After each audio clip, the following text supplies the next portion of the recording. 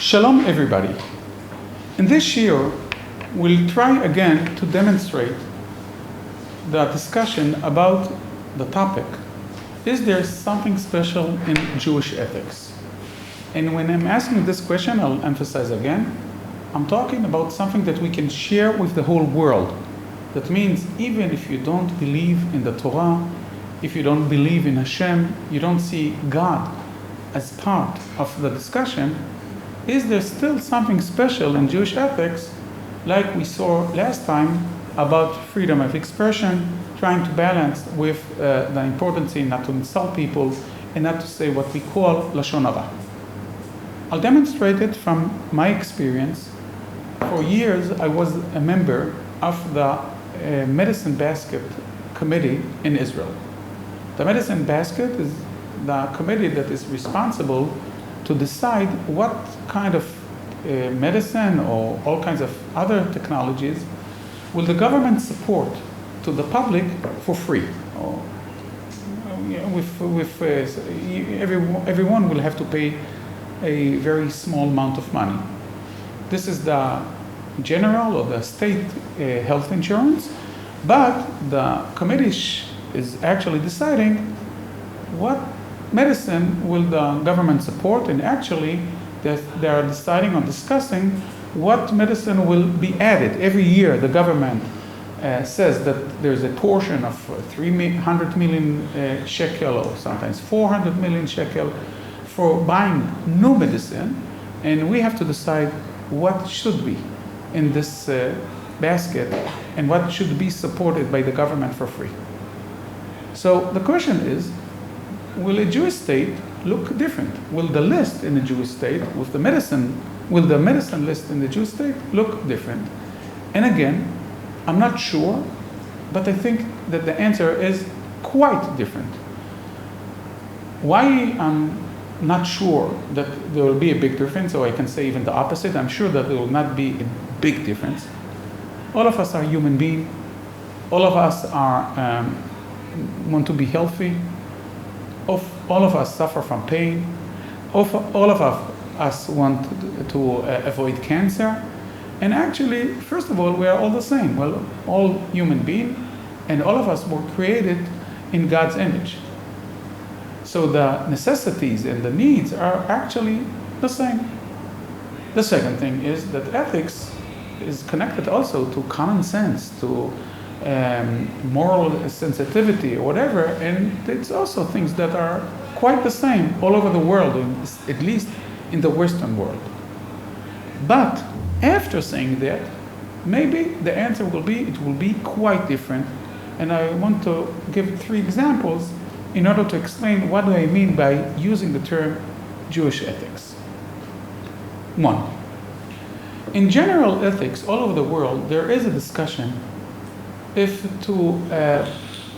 someone that is ill because he did wrong things, he was fat, or he smoked, or all kinds of those issues, should he pay more for the medicine that is being supported by the government? In general ethics, and mostly all over the world, the answer is no.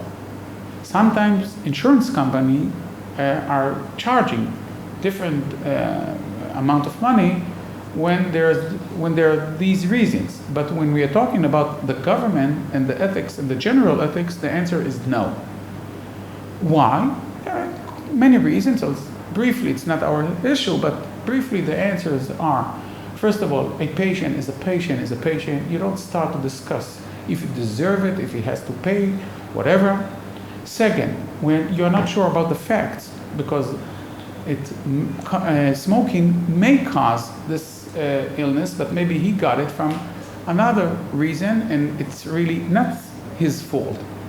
And third, we don't want doctors and hospitals to deal too much with money reasons or money issues, because we want them to concentrate on giving the best treatment and to the people and to the customers, to the patients. But when I discussed this issue with, I think, more than 100 rabbis, and from different views, all of them, and it's really surprising, but 100% of them said that they think that according to Jewish ethics, the answer should be yes. Not to exaggerate. And as I said before, there are good reasons to say that everybody should be equal. But the idea about freedom of choice, about responsibility, about paying the price of your sins, not sins only between you and the divine, but sins towards the society, because you smoked or you are fat from eating reasons or you did all kinds of things, should be part of the calculation and part of the decisions if who should pay what. So it may be very complicated to apply it, and I'm not sure what will be in reality. But here is an example where Jewish thinking about responsibility, about being aware, about paying the price, about understanding that when you do something things, you cannot charge the whole society to pay the compensations about what you did, etc. It's part of the Jewish ethics, and I think that the medicine basket list will be different, quite different, in a Jewish state because of Jewish ethics. Second, on the issue of fertilization. In many countries, it's not an essential part of the medicine basket list of technologies. In Israel, yes. Israel as a Jewish state is very connected to things that are relevant to Judaism. First, the first mitzvah, the first order that we got from Hashem in the first chapter in Tanakh is Pru Uvu, developing this world, having children is an integral part of getting married. Marriage, or let's say that way, children are not an obstacle, are not something that are, the fine that you have to pay if you want to be married. Children is part of the target, part of the mission of human being. So therefore, having children, raising them, educating them is part of the essential destiny in the world, and it's part of in Israel. The birth rates are very high when we compare it to other countries in the Western world. And what's very interesting, at least in my society, the Zionist religious society, it doesn't mean that people and families are poor. In most of the cases in the world, I think the right thing to say is that there is a disproportion between the amount of money you have and the number of kids. People say, ironically, that children are so expensive that only poor people can let themselves have them. But in my society, I think that the birth rates are very high, and also our families are very well done and are doing well. When we are talking from the finance point of view. In Israel, the fertilization is part of the ethos, is part of ethics, and ethically, the government decided, for instance, that every couple will be supported by the government until they have 2 children without any limits. And even if they need IVF, in vitro fertilization, and doesn't matter how long it will take, how many cycles they'll have to try and whatever, this is part of Jewish ethics.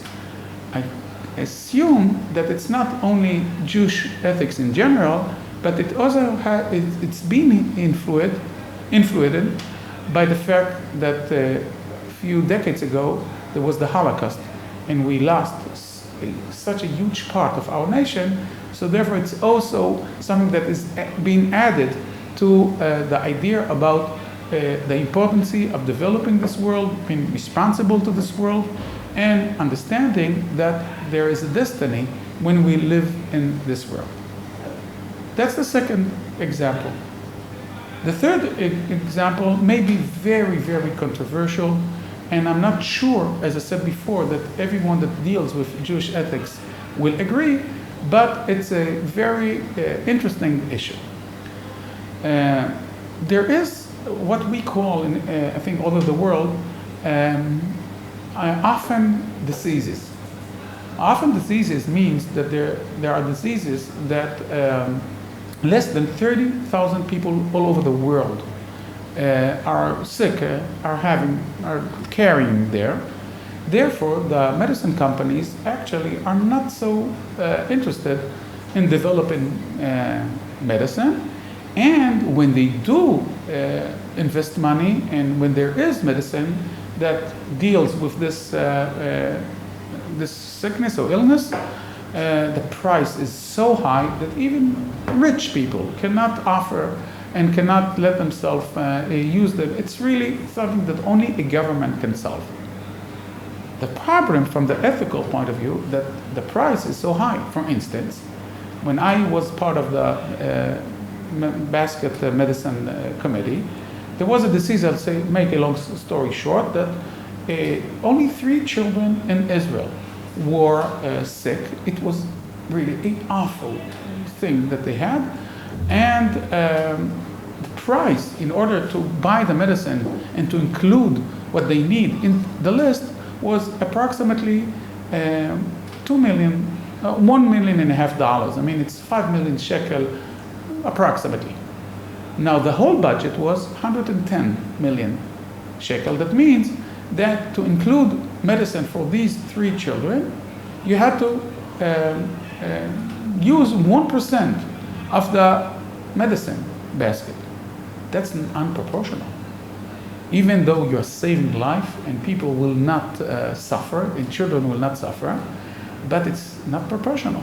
Because if you'll continue this way of thinking, you'll solve problems if 1% for 3 children, so 100% for 300 people, and you'll have solve problems only for 300 people, of 300 people all over the state.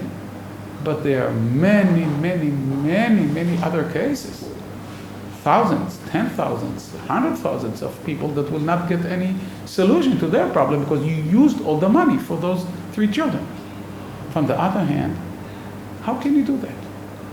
How can you sign, or how can you decide that, if you don't buy this medicine for these children, they'll die and they'll suffer and it will be awful.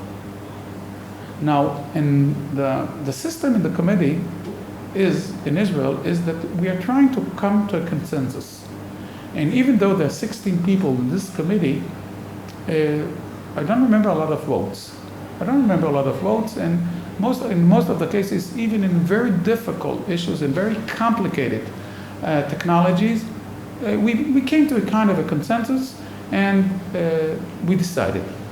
In this case, it was one of 3. I remember only 3 cases that we voted that we had to vote, and it doesn't matter what were the results, but I want to try to check it. As I said, I'm not sure through Jewish ethics. And one of the principles in halacha is to distinguish between cases that the ill or the patient is in front of you, or what we call a statistic patient. That means that we know that there will be people that will suffer from this illness or from this disease, but we don't see them, and it's not only that we don't see them, they are not here yet. We know statistically that we will, another 1,000 people will be in the list of cancer this year, but they are not in front of us. And in Jewish ethics and in Jewish halacha, there is importance to the question if they are recognized patients or statistic, future patients. There are principles in ethics that say the opposite, and that say that doesn't matter, because you have to take care in the same way when there are someone that is in front of you, that you can name him, that you see him, that you can count him, or someone that you don't know him yet, but they'll be there. But in halacha, as I said, there is, you do calculate and you do include in your debates the idea that he is here. as a patient. So therefore, you can say that in Jewish ethics, there are more reasons, and I'm saying it very carefully, to include this medicine in order to save those 3 children, even if the price will be very high, not only financially, but it will be also very high because other people that we still don't know it may even be yourself, be excluded from the list because you use the money, the 1% of the money, in order to save their life. So these are 3 examples that, as you saw, no one of them is very strict. No one is extreme. I cannot say that Jewish ethics stands against the whole world and says, we are unique, we are doing the opposite, we think completely differently. And I said, why? The reason is because ethics is something that belongs to human being, because we all have the same necessities, we all have the same needs, we are actually thinking approximately the same, and so therefore we were all created in God's image. So the differences are not huge, it's not a big gap, but sometimes the details can demonstrate a different way of thinking. And when you check these 3 examples, if I was right, and if really most of the people that deal with Jewish ethics will agree that the decisions should be as I said them and described them, then you can say again that even though we are all human beings and we are all have the same basis, when you start and growing up, and when you are starting coming into details, you can see that there is something different between cultures, and there is something different in Jewish ethics, unique to the way of the Judaism thinks, and maybe we can share it with the whole world because this is the right thing we think that we should do. We do think that the right thing is to be responsible. We do think that the fertilization is very important, and we do think that you have to have a different approach to someone that is in front of you, even though the statistic patient will pay the price. Interesting. Shalom.